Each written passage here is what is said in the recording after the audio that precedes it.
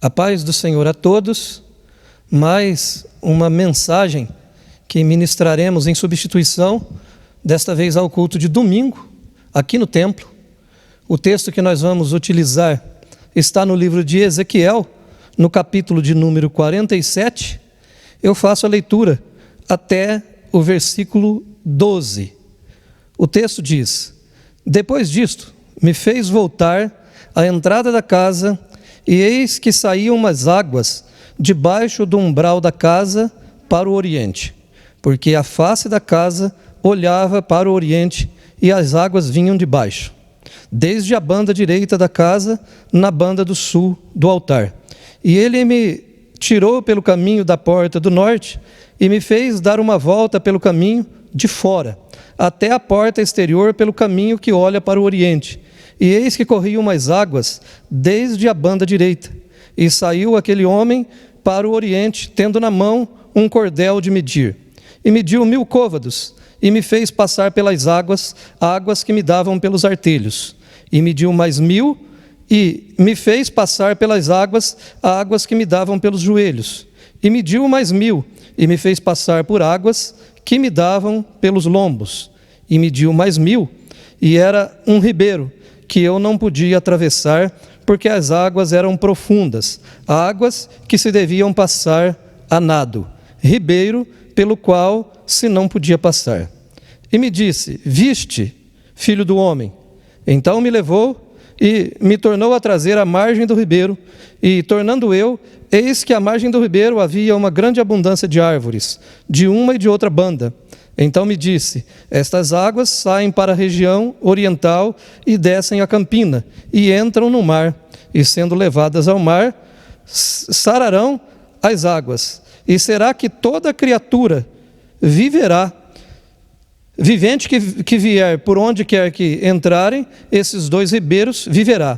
E haverá muitíssimo peixe, porque lá chegarão estas águas, e sararão e viverá tudo por onde quer que entrar este ribeiro. Será também que os pescadores estarão junto dele, desde En-Gedi até em Eglaim, e haverá lugar para estender as redes. O seu peixe, segundo a sua espécie, será como o peixe do mar grande em multidão excessiva. Mas os seus charcos e os seus lamaceiros não sararão, serão deixados para sal. E junto do ribeiro, à sua margem, de uma e de outra banda, subirá toda árvore, ou toda sorte de árvore que dá fruto para se comer. Não cairá a sua folha, nem perecerá o seu fruto. Nos seus meses produzirá novos frutos, porque as suas águas saem do santuário, e o seu fruto servirá de alimento, e a sua folha de remédio. Um momento de oração, e nós ministraremos o tema: os 4 níveis da graça de Deus no Evangelho de Jesus. Se quiser dar um título, batizado na graça ou batizado pela graça. É um momento que buscamos de Deus todo o direcionamento necessário. Senhor nosso Deus, em nome de Jesus, em oração agora pedimos a ajuda do Espírito Santo para que esta ministração cumpra o propósito do teu coração, tanto para aquele que está ministrando, quanto para aquele que está sendo ministrado, Senhor. Que a tua vontade se faça, é o que nós estamos desejando de todo o coração, em nome do Senhor Jesus, e contamos com esta ajuda. Amém. Amém.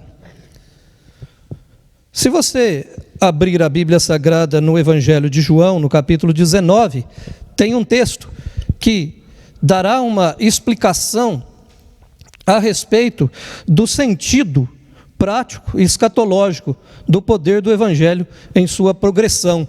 Então, a primeira coisa que esse texto significa no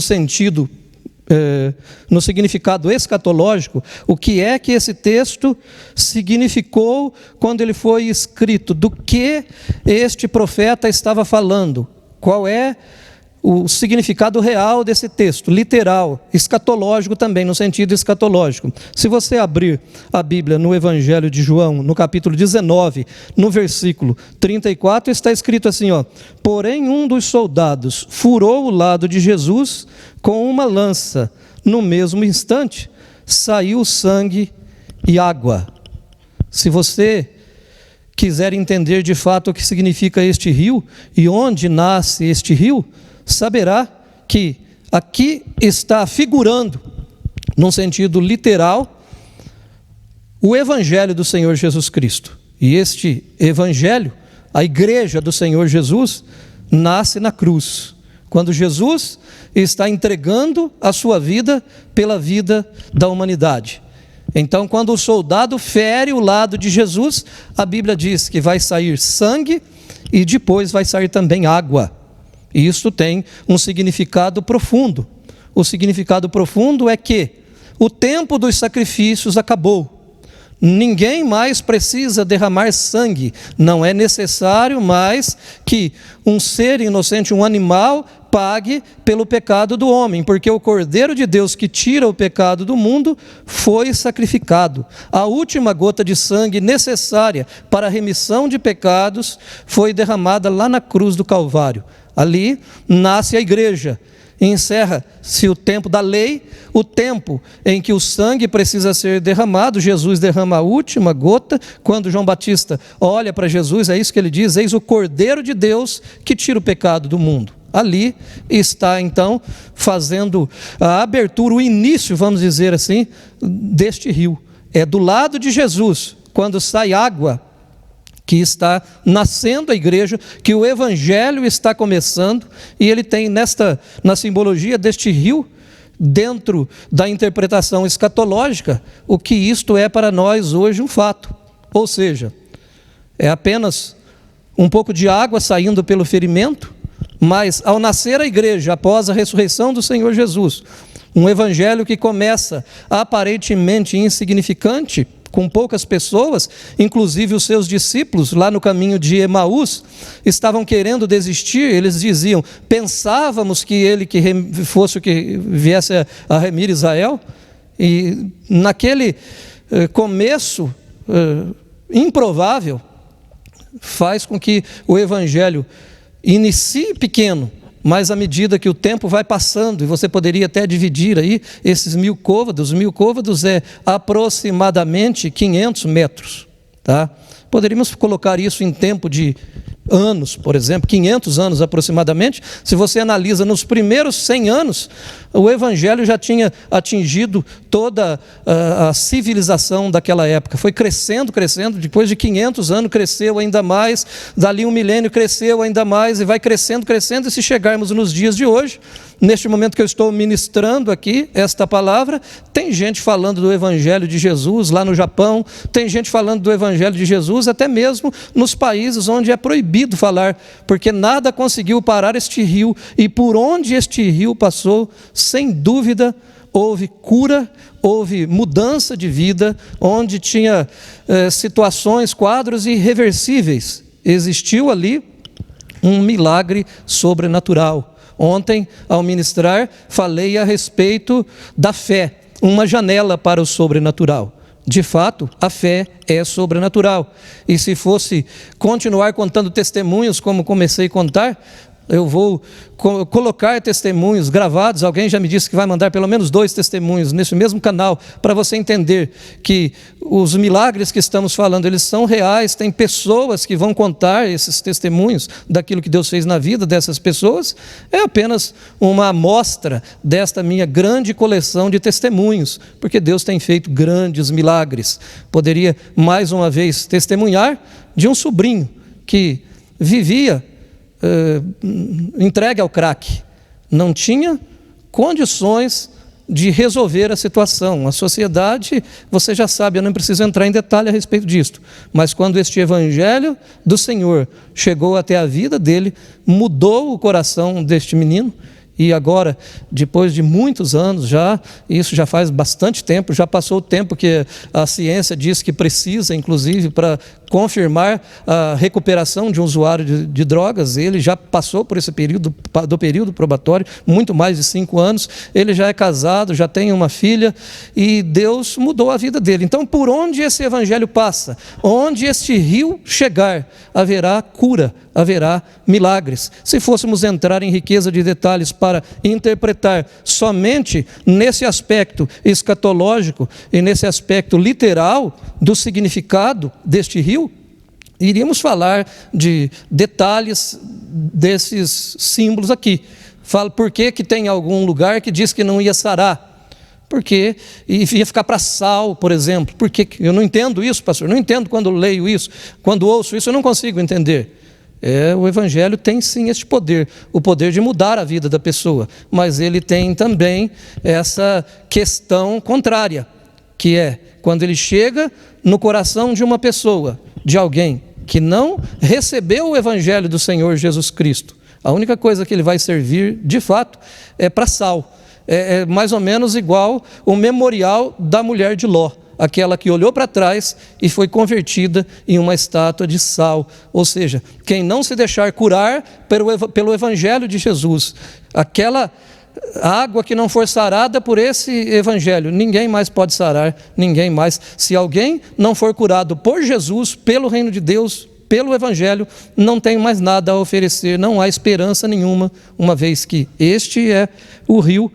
Esta é a simbologia deste texto aqui. Não vou entrar em mais detalhes desta explicação, porque quero colocar de uma forma analógica o significado literal do texto. É isto que significa este rio. Agora, de uma forma, tomando aqui por analogia, é possível entender que este mesmo Evangelho, a graça de Deus, o Evangelho da graça, possui pelo menos 4 níveis diferentes. E gostaria de falar um pouco a respeito desses 4 níveis da graça de Deus. Então agora eu paro de falar um pouco deste rio, ainda que esteja analogicamente ligado a esse texto, e começo a entender que não só aqui neste rio, mas a parábola que Jesus conta do semeador, por exemplo, você vai entender também que existem 4 possibilidades, 4 tipos de situação em que o coração do homem pode estar. A semente que cai à beira do caminho, a semente que cai entre os pedregais, ou no lugar terreno cheio de pedra, a semente que cai entre os espinhos e a semente que cai na terra boa. Você vai ver que em cada uma dessas fases, ou em cada uma dessas situações, o que esta semente produz é algo diferente. Aquela que está na beira do caminho, ela não chega a produzir nada de fato, porque o pássaro vem e rouba esta semente, ela não chega a produzir nada. A segunda, não tem raiz, vai até querer brotar, mas o sol vai queimar. A terceira, ela chega a crescer, chega até a nascer, mas os cuidados da vida, crescendo, a sedução das riquezas, sufoca a semente, ela fica infrutífera.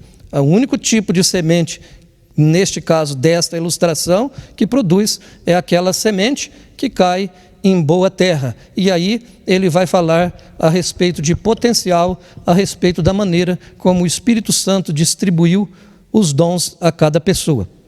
Esta é uma outra parábola que concorda com esta informação que estamos passando, analógica ao rio, falando de 4 níveis desta graça.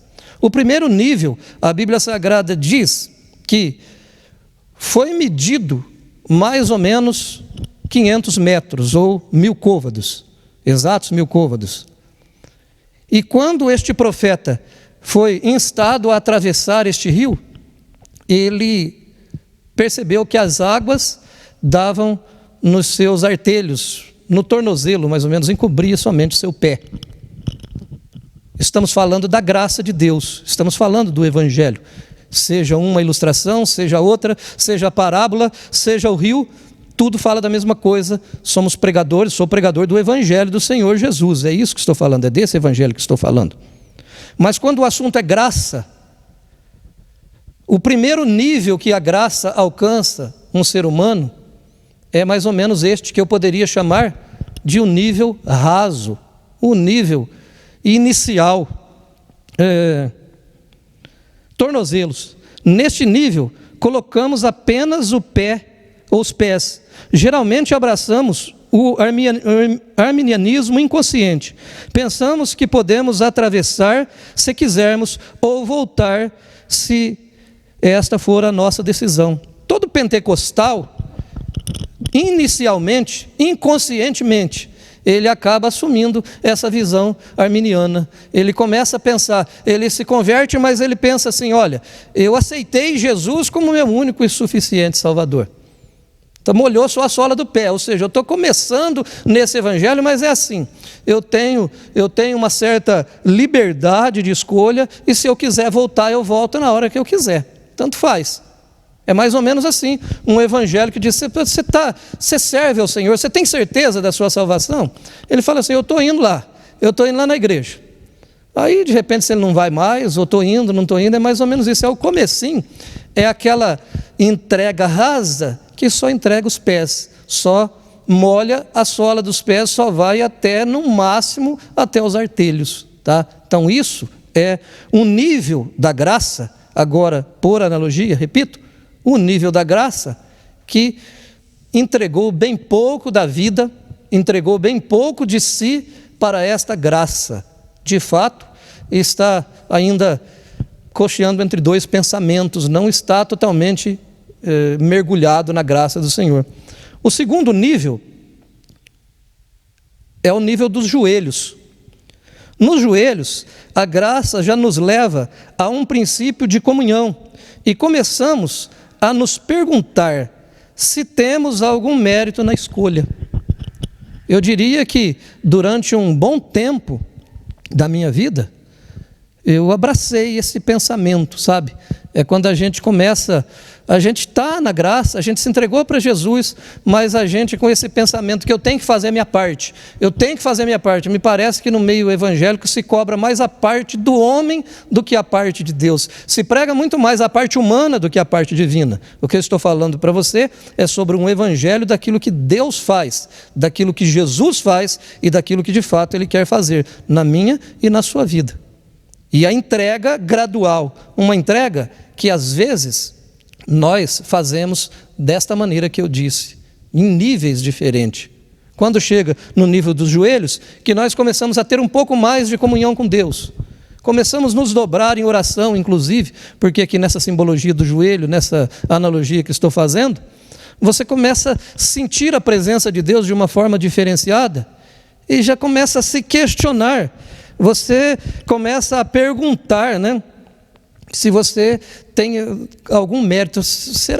Como foi que Deus me achou? Como foi? Você começa a questionar as suas próprias razões, porque toda vez que você se coloca diante de Deus, você percebe muito bem que nunca mereceu e nunca vai merecer essa graça. Então, você está aprofundando mais nesse nível, nesse segundo nível. Mas existe um terceiro nível ainda, que é o nível dos lombos. Aqui já estamos nos questionando se não estivemos equivocados a respeito de nossa interpretação a respeito de livre-arbítrio. Quando você passa do segundo nível para o terceiro nível, quando as águas já não estão mais nos seus artelhos, quando as águas já não estão mais só nos seus joelhos, as águas já subiram à altura dos lombos. Há quem questione que os lombos vêm até aqui, ou que os lombos vêm até mais em cima. Isso é meio que indiferente. O certo é que quando a água chega aqui, a coisa já começa a complicar mais. Você começa a analisar, porque aí você já se entregou mais a essa graça. Você já não está mais lutando pela sua própria salvação, e se já fez isso ao longo de uma caminhada, e nem sempre isso tem a ver com tempo, alguém pode ir para esse terceiro, ou até para o quarto nível, que daqui a pouco nós vamos falar, mais rápido do que outra pessoa, uma vida inteira ficou raso nessa graça, não se entregou de forma profunda à graça de Deus. Mas quando nos aprofundamos um pouco mais, começamos a questionar essa história de liberdade de escolha. Até quando fui eu? É certo essa ideia de que eu estou livre para escolher e que fui eu que escolhi Jesus? Até quando essa interpretação de salvação híbrida, né? A salvação que tem uma explicação híbrida. A metade disso é de Deus, a metade é minha. Deus salva, mas eu tenho a minha parte a fazer. e se eu não fizer essa minha parte, eu então não vou ser salvo. Quando você aprofundou para esse terceiro nível, é quando você já começa a dialogar, inclusive sem preconceito. Eu não estou dizendo que você deva ser calvinista ou que você deva ser arminiano, mesmo porque, particularmente, não acredito que sejam dois polos opostos entre si.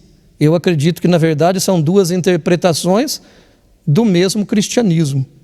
Tá? Eu diria que são níveis diferentes de relacionamento, são níveis diferentes de compreensão da graça de Deus, mas tanto um que citei quanto o outro fazem parte da história como cristãos, de pessoas que se entregaram a Deus. Eu não estou aqui para falar nem de Jacob Armínio e não estou para falar de João Calvino também. Eu estou falando sobre graça.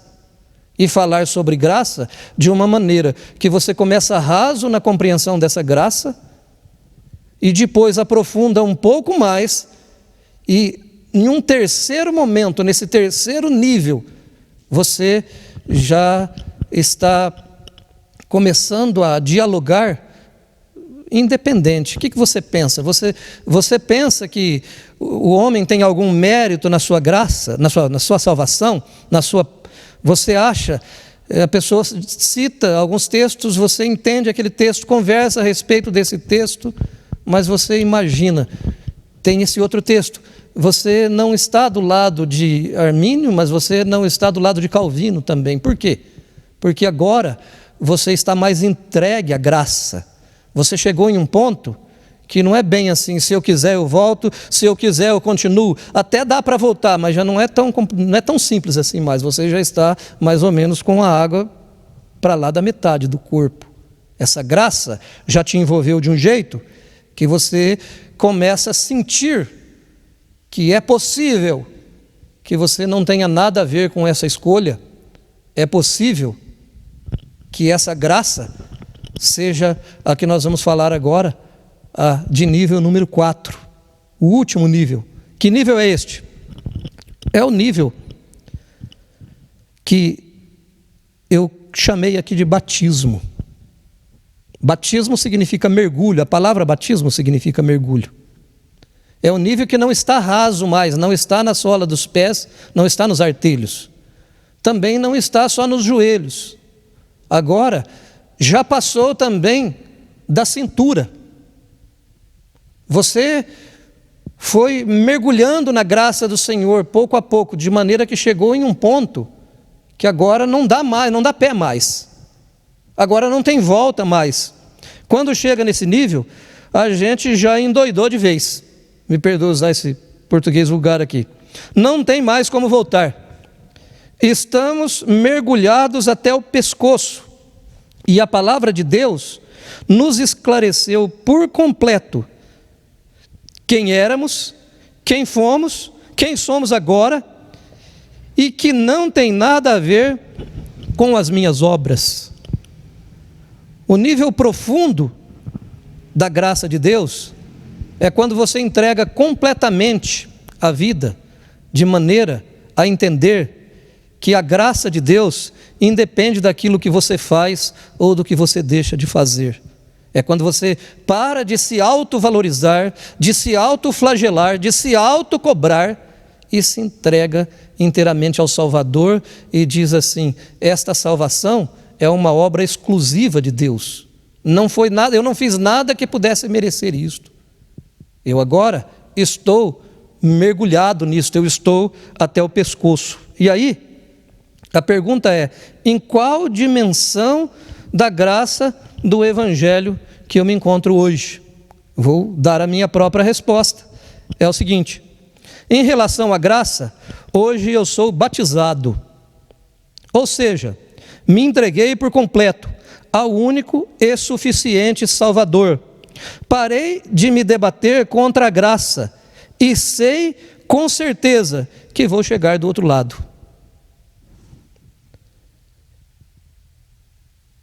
Dizendo de outra forma, hoje eu tenho certeza da minha salvação, muito mais do que tinha quando comecei. Nos outros níveis, apesar de estar na graça, eu estava tentando dar a minha contribuição, Estava tentando ajudar Jesus a me salvar. Hoje sei que no rio da graça, quanto mais eu me debater, mais descubro que eu não sei nadar. Não estou dizendo que aprendi a nadar. Estou morrendo afogado todos os dias. Aliás, me parece que é a única maneira de me manter morto para mim mesmo depois do batismo nas águas. E olha que eu tentei por anos a fio. Uma conclusão simples. É um convite. Um convite a você. Eu não sei em que nível da graça você se encontra agora.